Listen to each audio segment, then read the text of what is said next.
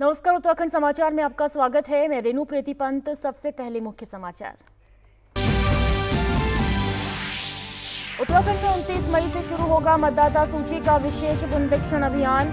8 जून से 7 जुलाई तक बीएलओ करेंगे घर घर सर्वे और डाटा संग्रहण।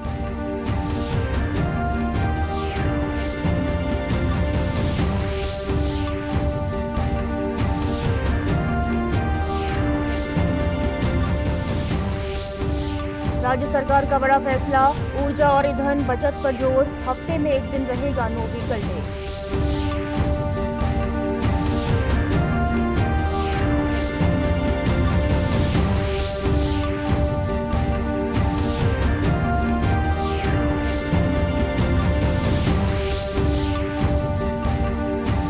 और उत्तराखंड में लागू यूसीसी के तहत पहला आपराधिक मुकदमा हरिद्वार में दर्ज।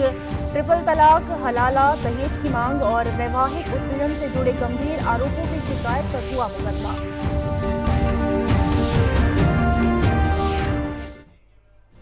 अब समाचार विस्तार से। उत्तराखंड में मतदाता सूची के विशेष गहन पुनरीक्षण अभियान यानी एसआईआर की शुरुआत 29 मई से होने जा रही है। भारत निर्वाचन आयोग ने उत्तराखंड समेत 19 राज्यों में इस अभियान को लागू करने का फैसला लिया है। मुख्य निर्वाचन अधिकारी डॉक्टर BVRC पुरुषोत्तम ने बताया कि 29 मई से 7 जून तक गणना प्रपत्रों की प्रिंटिंग और कर्मचारियों का प्रशिक्षण कराया जाएगा। इसके बाद 8 जून से 7 जुलाई तक बीएलओ घर घर जाकर मतदाता गणना प्रपत्रों का वितरण और संग्रहण करेंगे। 14 जुलाई को ड्राफ्ट वोटर लिस्ट प्रकाशित की जाएगी, जबकि 14 जुलाई से 13 अगस्त तक दावे और आपत्तियां दर्ज कराई जा सकेंगी। आयोग के निर्देशानुसार 15 सितंबर 2026 को अंतिम मतदाता सूची प्रकाशित की जाएगी। निर्वाचन विभाग के मुताबिक प्रदेश में वर्तमान में 11,733 पोलिंग बूथ हैं, जिनके लिए विभिन्न राजनीतिक दलों ने 21,808 बीएलए तैनात किए हैं। अपर मुख्य निर्वाचन अधिकारी विजय कुमार जोगदंडे ने कहा कि अभियान को पारदर्शी और व्यवस्थित तरीके से पूरा किया जाएगा।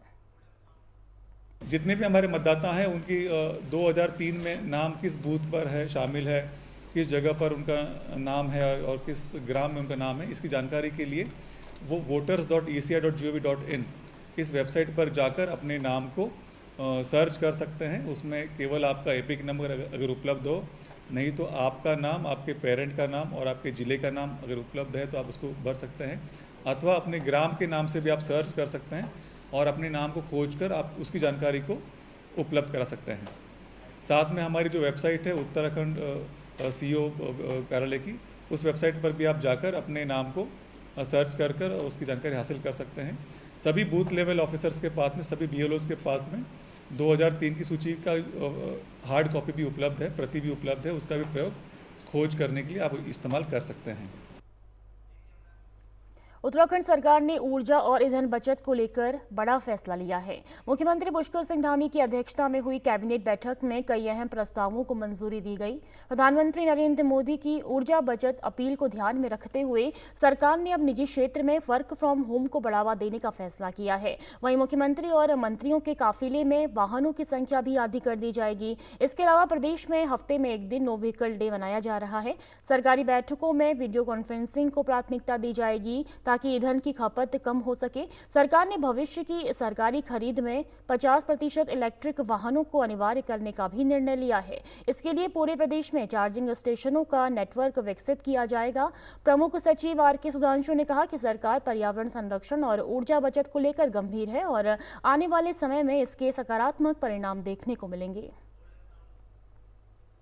ने जिस तरह से अपील की है, खास करके पश्चिमी एशिया के संकट के दृष्टिगत हमें किस तरह से ईंधन को बचाना है, हमें किस तरह से ऊर्जा को सेव करना है, इसीलिए वर्क फ्रॉम होम, स्वदेशी, मेक इन इंडिया, टूरिज्म, हमारे अपने जो टूरिज्म के जो क्षेत्र हैं उसको किस तरह से प्रोत्साहित किया जाएगा, कैसे हम कारपूल की व्यवस्था कर सकते हैं, कैसे हम अनावश्यक खर्चे से बच सकते हैं, कैसे हमें स्वावलंबी बनना है, कैसे हमें स्वदेशी का ये करना है, कैसे मेक इन उत्तराखंड और मेक इन इंडिया को प्रोत्साहित करना है। इन सारी बातों को समाहित करते हुए हम लोगों ने एक गाइडलाइंस जारी की है, हम लोगों ने निर्देश जारी किए हैं जो समस्त प्रमुख सचिव को, विशेष प्रमुख सचिव साहबान को, कमिश्नर्स को, डिस्ट्रिक्ट मजिस्ट्रेट्स को, विभागाध्यक्ष को जारी किया है कि ताकि वो अपने स्तर से भी लोगों को से अपील कर सकें और इसको सरकारी कार्यालयों के माध्यम से अब इसको लागू कर सकें। प्रदेश में पेट्रोल और डीजल की कीमतों में एक बार फिर बढ़ोतरी देखने को मिली है। देहरादून में पेट्रोल, डीजल और एक्स्ट्रा प्रीमियम पेट्रोल के दामों में इजाफे के बाद रोजमर्रा की वस्तुओं के दाम बढ़ने की संभावना है। देहरादून में आज सामान्य पेट्रोल की कीमत बढ़कर 96 रुपये 23 पैसे प्रति लीटर पहुंच गई है, जबकि कल इसका दाम 93 रुपये 51 पैसे था। यानी पेट्रोल में करीब 2 रुपये 72 पैसे की बढ़ोतरी हुई है। इसके अलावा डीजल के दाम भी 88 रुपये 34 पैसे से बढ़कर 91 रुपये 35 पैसे प्रति लीटर पहुंच गए हैं।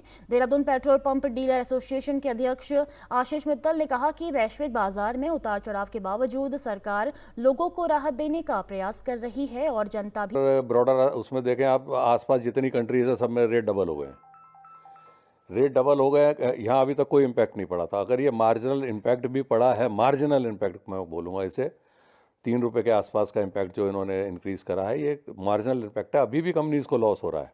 पेट्रोल डीजल की कोई कमी नहीं है, लेकिन डिमांड अगर बढ़ती है, आदमी को, मैं तो जनता से ये अपील करूँगा कि जितनी उनकी ज़रूरत है उतना ही परचेज़ करें, स्टॉक करने की कोशिश ना करें।